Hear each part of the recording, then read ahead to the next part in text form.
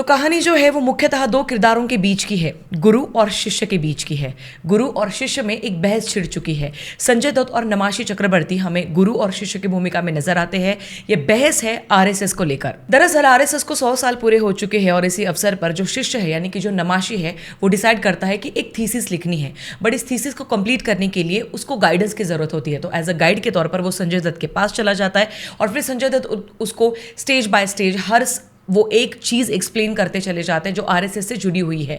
वो क्योंकि इतिहास के एक प्रोफेसर भी है तो इसी के चलते उनके हिस्टोरिकल फैक्ट्स, एविडेंसेस, सारी चीज़ें वो उसके सामने रख देते हैं और फिर जब थीसिस पूरी हो जाती है तब वो वही थीसिस को लेकर, वही प्रोजेक्ट को लेकर संजय दत्त के पास चला जाता है। बट वहीं पर संजय दत्त उसी थीसिस को रिजेक्ट कर देते हैं।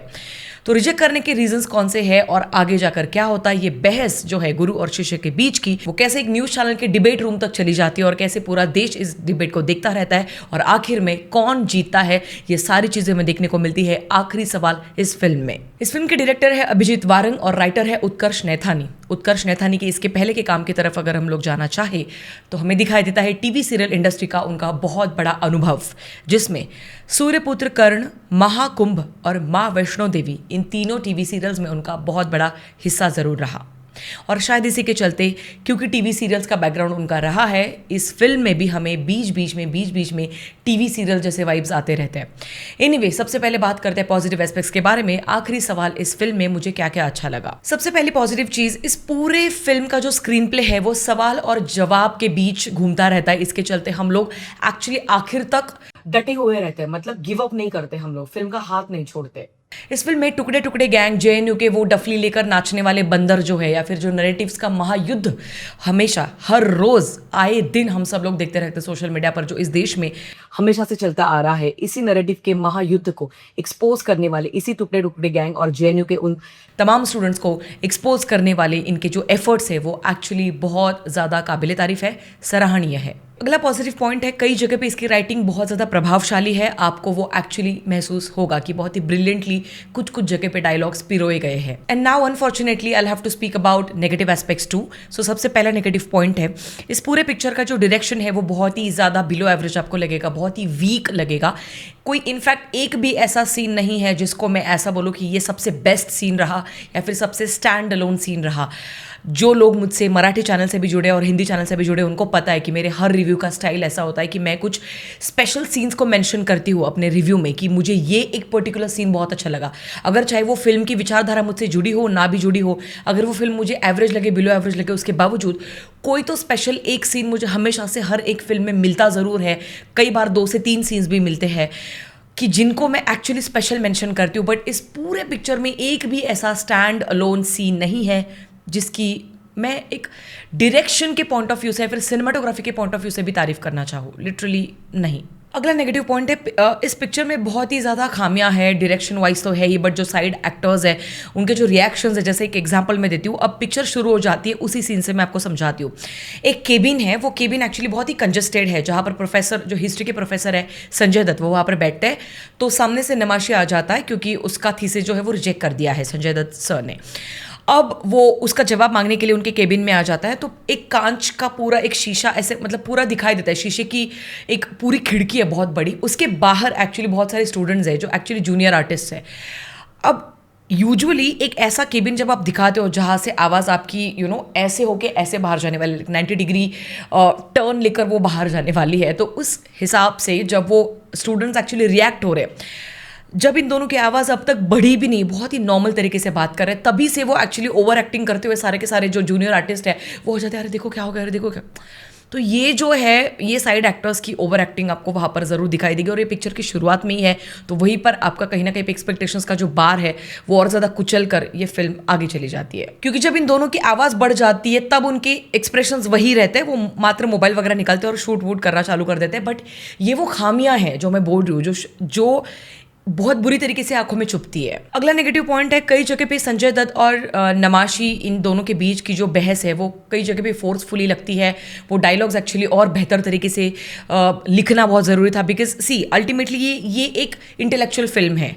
है ना। इस फिल्म में कोई ऐसा एक्शन वैक्शन नहीं होने वाला है, इस फिल्म में कोई ऐसे रोमांटिक गाना नहीं चलने वाला है, इस फिल्म में कुछ ऐसा है नहीं। ये फिल्म मात्र और मात्र एक इंटेलिजेंट पर्सपेक्टिव से देखने वाली फिल्म है। तो वहां पर जब आपकी इंटेलेक्चुअल लड़ाइयाँ होने वाली है, जब बहस होने वाली है, तब पूरा श्रेय जो जाता है, फिर पूरा जो ध्यान चला जाता है वो राइटिंग पे चला जाता है। और इसीलिए इस पूरे फिल्म का सबसे बड़ा पॉजिटिव पॉइंट इसकी राइटिंग होनी चाहिए थी। कई जगह पे जैसे मैंने कहा वो सराहनीय ज़रूर है, बट कई जगह पे वो बहुत ही बिलो एवरेज आपको लगेगी।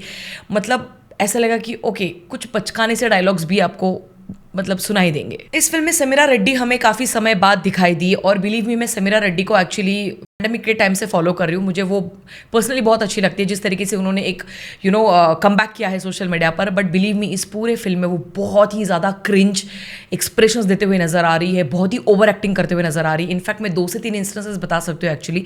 सबसे पहला इंस्टेंस जहाँ पर अब संजय दत्त को माफीनामा देने के लिए बुलाया जाता है, तो वहाँ पर जिस तरीके से वो डायलॉगबाजी कर रही है संजय दत्त के साथ, वो इतना क्रिंज है, इतना ओवर एक्टिंग का वो पूरा सेगमेंट है। आप लिटरली इस फिल्म को देखने के लिए चले जाओ, मैं आपको हाथ जोड़ के बोल रही हूँ, तब आपको पता चलेगा कि क्या कितने मतलब बुरे लेवल की एक्टिंग वहाँ पर चल रही है बाय समीरा रेड्डी। एक और इंस्टेंस है जहाँ पर पहली बार नमाशी को क्लासरूम में बुलाया जाता है बाय समीरा रेड्डी, तो वो भी एक one of the professors actually वहाँ पर, and she is representing the left side of this country actually. तो जिस तरीके से अब वो उसको बुला रही है ना, एक्चुअली वो जब चला जाता है तो क्यों बुलाया था उसको एक्चुअली क्लासरूम में, ये भी हम लोग सवाल खुद से पूछते रहते हैं। ठीक है, मात्र डायलॉगबाजी करने के लिए बुलाया, बट वो जिस तरीके से एक्सप्रेशंस दे रही है, जिस तरीके से आवाज़ बीच में ही वो बढ़ा चढ़ा के बोल रही है, और एक्सप्रेशंस बहुत ही वियर्ड है, बहुत ही क्रिंज है।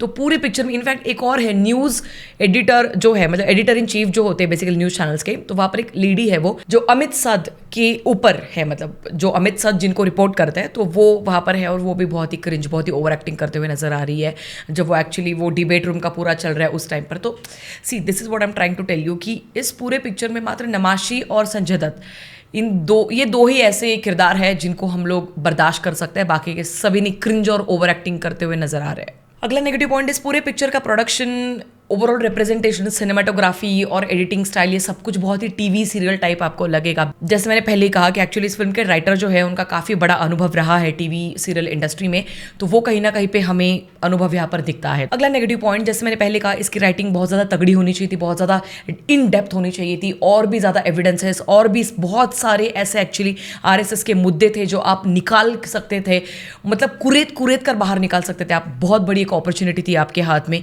बहुत सारे बड़े बड़े मुद्दे थे जो आप नहीं इसमें लाए हो, और अंदर से फिल्म वही हो जाता है कि बहुत ज़्यादा खोखली नज़र आती है। मतलब आप एक उम्मीद लेकर चले जाते हो कि आप एक इंटेलेक्चुअल फिल्म देखने के लिए चले जा रहे हो, बट वो कई जगह पे बहुत ही बचकाने सी साउंड होती रहती है। एंड इसके चलते मेरा आखिरी नेगेटिव पॉइंट है, इसमें जो 5 पूछे गए मुख्यतः सवाल है वो और ज़्यादा बेहतर हो सकते थे। वेस्ट बंगाल का रेफरेंस आप दे सकते थे, मुर्शिदाबाद में जो हुआ, लगातार पिछले इलेक्शन के टाइम पर भी RSS के जितने भी वर्कर्स थे, या फिर इनफैक्ट RSS के ही नहीं बट एक्चुअली BJP के भी जो वर्कर्स थे, या फिर जिस तरीके से उनकी हत्या हुई वहाँ पर, ये सारी चीज़ें एक्चुअली आप दिखा सकते थे। आई गेट इट कि पॉलिटिकली आप नहीं जाना चाहते हो, बट RSS के भी बहुत सारी और चीज़ें हैं जो इस देश में हुई है और हम सब लोगों ने पढ़ी है, हमारे आंखों के सामने हुई है, अभी भी हो रही है। तो जैसे मैंने पहले कहा, वो 5 सवाल और ज़्यादा इन डेप्थ होकर उनके जवाब और ज़्यादा इन डेप्थ दिए जा सकते थे। बाकी जाते जाते मैं यही कहना चाहूँगी कि it was a good attempt दो, और इस फिल्म को मैं देना चाहूँगी 2.5 स्टार्स आउट ऑफ 5। अगर आपको इंटेलेक्चुअल फिल्में देखना पसंद है और भारत के इतिहास से रिलेटेड कुछ चीज़ें अगर देखना सुनना पसंद है, तो आप डेफिनेटली एक मौका इस फिल्म को दे सकते हो। बाकी जिन्होंने ये फिल्म ऑलरेडी देख ली है, आपकी भी राय आप मुझे कमेंट सेक्शन में ज़रूर बता सकते हैं। मिलेंगे अगले वीडियो में, तब तक के लिए ख्याल रखिएगा। Peace out.